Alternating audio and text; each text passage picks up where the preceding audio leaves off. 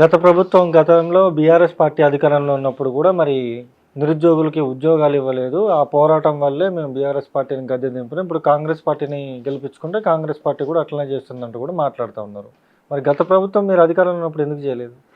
గత ప్రభుత్వం మీరు ఎంటైర్గా మీరు అబ్జర్వ్ చేస్తే ఓవరాల్ ఇండియాలో ఏ ప్రభుత్వం కూడా బీఆర్ఎస్ పార్టీ కేసీఆర్ గారు ఇచ్చినట్టు ఉద్యోగాలు ఇవ్వలే. 2,30,000కు సంబంధించిన నోటిఫికేషన్ జారీ చేస్తే దాంట్లో 1,90,000కు సంబంధించిన ఎగ్జామ్లు కంప్లీట్ అయిపోయినాయి. దాంట్లో 1,60,000 మంది రిక్రూట్ అయిపోయారు. 30,000కు సంబంధించిన ఎగ్జామ్ వచ్చేసి రాసేసిళ్ళు అయిపోయింది. వివిధ కారణాల వల్ల ఎలక్షన్ కోడింగ్ వల్ల అవి ఆగిపోయి ఆ 60,000కు సంబంధించిన మన నియామక పత్రాలను ఈ ప్రభుత్వం వచ్చినాక రేవంత్ రెడ్డి గారు ఎల్బీ స్టేడియంలో పెద్ద దుకాణం పెట్టి అందరికి పత్రాలు ఇచ్చుకుంటే నేను ఇచ్చిన అని మాట్లాడతాడు. పోనీ కేసీఆర్ గారు ఇయ్యలేదు కాబట్టే ఇలా వీళ్ళని తీసుకొచ్చి కూర్చోబెట్టారు. మరి వీళ్ళు చేయాలి కదా, మరి చేయాలి కదన్నా. ఏం చేసినావు నువ్వు? కొత్త రిక్రూట్మెంట్ లేదు, కొత్త నోటిఫికేషన్ లేదు, కొత్త ఎగ్జామ్ లేదు, కానీ నువ్వు 70,000 ఉద్యోగాలు ఇచ్చినాను మాట్లాడతావు. ఇవాళ నా తెలంగాణ రాష్ట్రంలో 30 లక్షల మంది నిరుద్యోగులు ఊరు ఊరు వాడ గడప గడప తిరిగి నీకు ఓట్లు వేపిస్తే ఇలా గద్దెనకి కూర్చున్నారు వీళ్ళు తప్ప.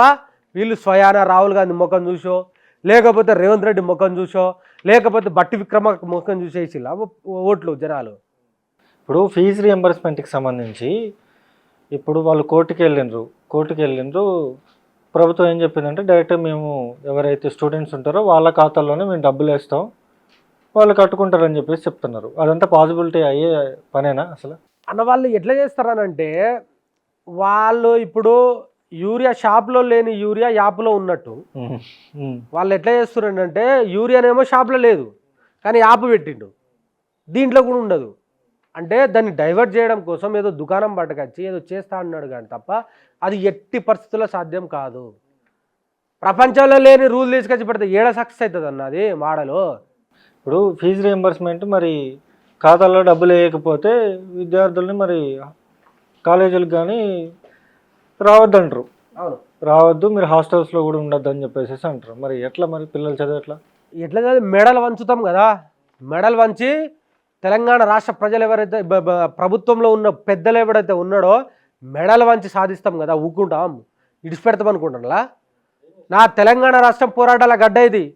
చాకలైలమ్మ, దొడ్డి కొమరయ్య, షేక్ బందగి, ఠానూలాయకు మిగతా వీర పోరాటాల వీరులను కన్నా నేలలో ఇవాళ ఇలాంటి లత్కోర్ రాజకీయాలు చేస్తే ఊకుంటారా అన్న? మరో నేపాల్ అవుతుంది, మరో మణిపూర్ అవుతుంది, మరో బంగ్లాదేశ్ అంటే అవుతుంది. ఏం అనుకుంటా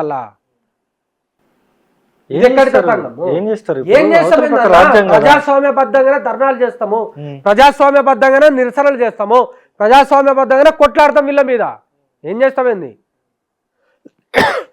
విద్యార్థుల భవిష్యత్తుతో ఆడుకుంటే ఊకుంటారా?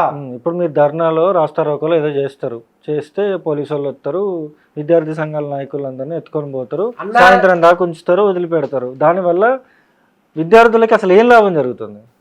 మీరు అట్లా అనుకుంటున్నారు. బట్ మేము సాధించింది మేము చెప్తాం. బీఆర్ఎస్ నుంచి మేము సాధించింది చెప్తాము.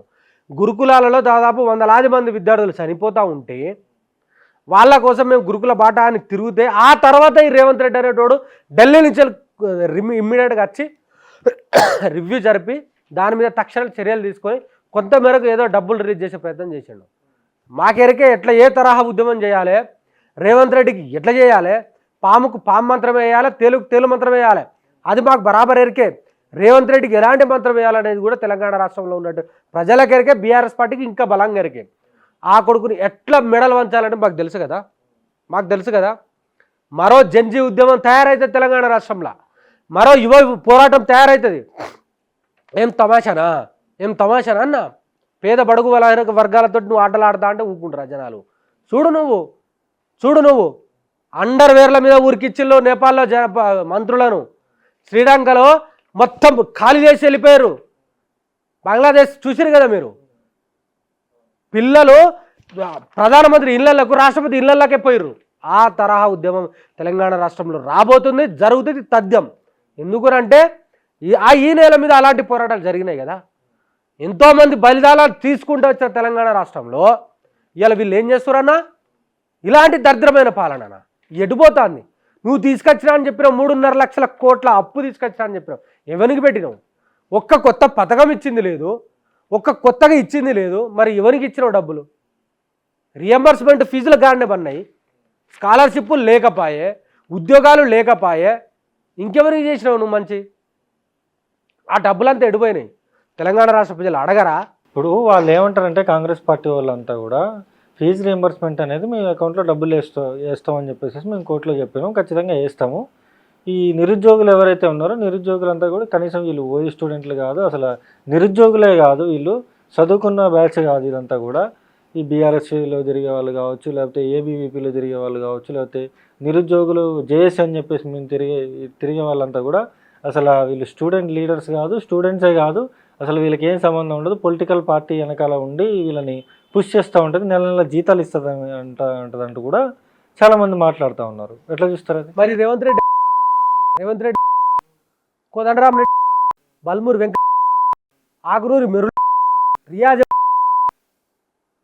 రాహుల్ గాంధీ ఈ దొంగ ప్రభుత్వం మీద తిరగబడలే, పోరాటం చేయలే, అశోక్ నగర్ రాలే, చిక్కడపల్లి లైబ్రరీ రాలే, ఊరు వాడవాడ తిరగలే, పొరగాలకు బస్సు యాత్రకు అని చెప్పేసి పంపలే.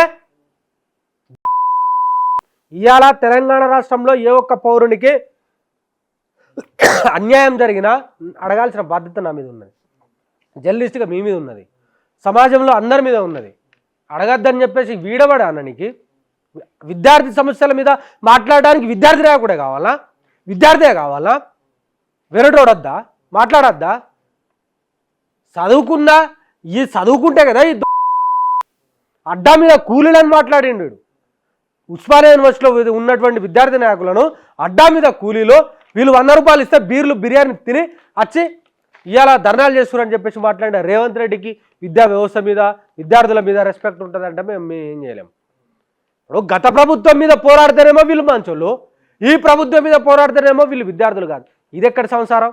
బల్మూరు వెంకటకైతే ఉద్యోగం వచ్చింది, ఎమ్మెల్సీ అయిండు. కోదండరామ్ గానికి వచ్చింది, ఆకునూరు మురళి గానికి వచ్చింది, రియాజ్ గానికి వచ్చింది. గాడనే చెప్తాం. ఈ దొంగనా కొడుకులు నిరుద్యోగులను రెచ్చగొట్టి విద్యార్థులను రెచ్చగొట్టి ఇలా గద్దెనెక్కితే కనీసం వాళ్ళ పక్షాన మాట్లాడే దాఖలాలు కనబడతలేమన్నా? వాళ్ళ గురించి మాట్లాడే దాఖలాలు కనబడతారు. స్వయాన నిరుద్యోగులు వచ్చి రోడ్ల మీదకి వచ్చి ధర్నాలు చేస్తే మాకు ఉద్యోగాలు వద్దు అని చెప్పేసి ధర్నాలు చేస్తారని చెప్తారు వాళ్ళు. ఏం చెప్తాం? అలా ఆయన ఉద్యోగాలు ఇర్రబోయ్ అని చెప్పేసి వాళ్ళు ధర్నాలు చేస్తే మాకు ఉద్యోగాలు వద్దు, మాకు ఇప్పుడే ఎక్కువైనాయి, మీరు ఇప్పుడు ఆపండి అని చెప్పేసి ధర్నాలు చేస్తారని చెప్పేసి మాట్లాడతారు రేవంత్ రెడ్డి. ఎట్లా చెప్పాలి వీళ్ళను? ఇప్పుడు గత ప్రభుత్వం బీఆర్ఎస్కి ఇప్పుడు ఉన్న కాంగ్రెస్కి తేడా ఏంటంటే ఏం చెప్తారు? తేడా ఏముందన్న కనబడతా ఉంది. తెలంగాణ రాష్ట్ర ప్రజల కళ్ళ ముందు స్పష్టంగా ఉన్నది. గత ప్రభుత్వం చేసింది ఈ ప్రభుత్వం చేయట్లేదు అనేది క్లియర్ కట్గా కనబడతా ఉంది. నేను మాట్లాడితే ఒక బీఆర్ఎస్ కార్యకర్తగా మాట్లాడుతున్నాను మీరు అనొచ్చు. ఒక రెండు ఎగ్జాంపుల్స్ చెప్పండి, ఆ ప్రభుత్వానికి ఈ ప్రభుత్వానికి తేడా ఏంటో. మీకు 2 ఎగ్జాంపుల్స్ ఏందన్నా, ఒకటే నిమిషం నాకు టైం ఇస్తే నేను చెప్పేస్తాను. ఒకటే నిమిషం గత ప్రభుత్వం ఏం చేసింది అనేది మీకు చెప్పేస్తాను. ఒకటే నిమిషం.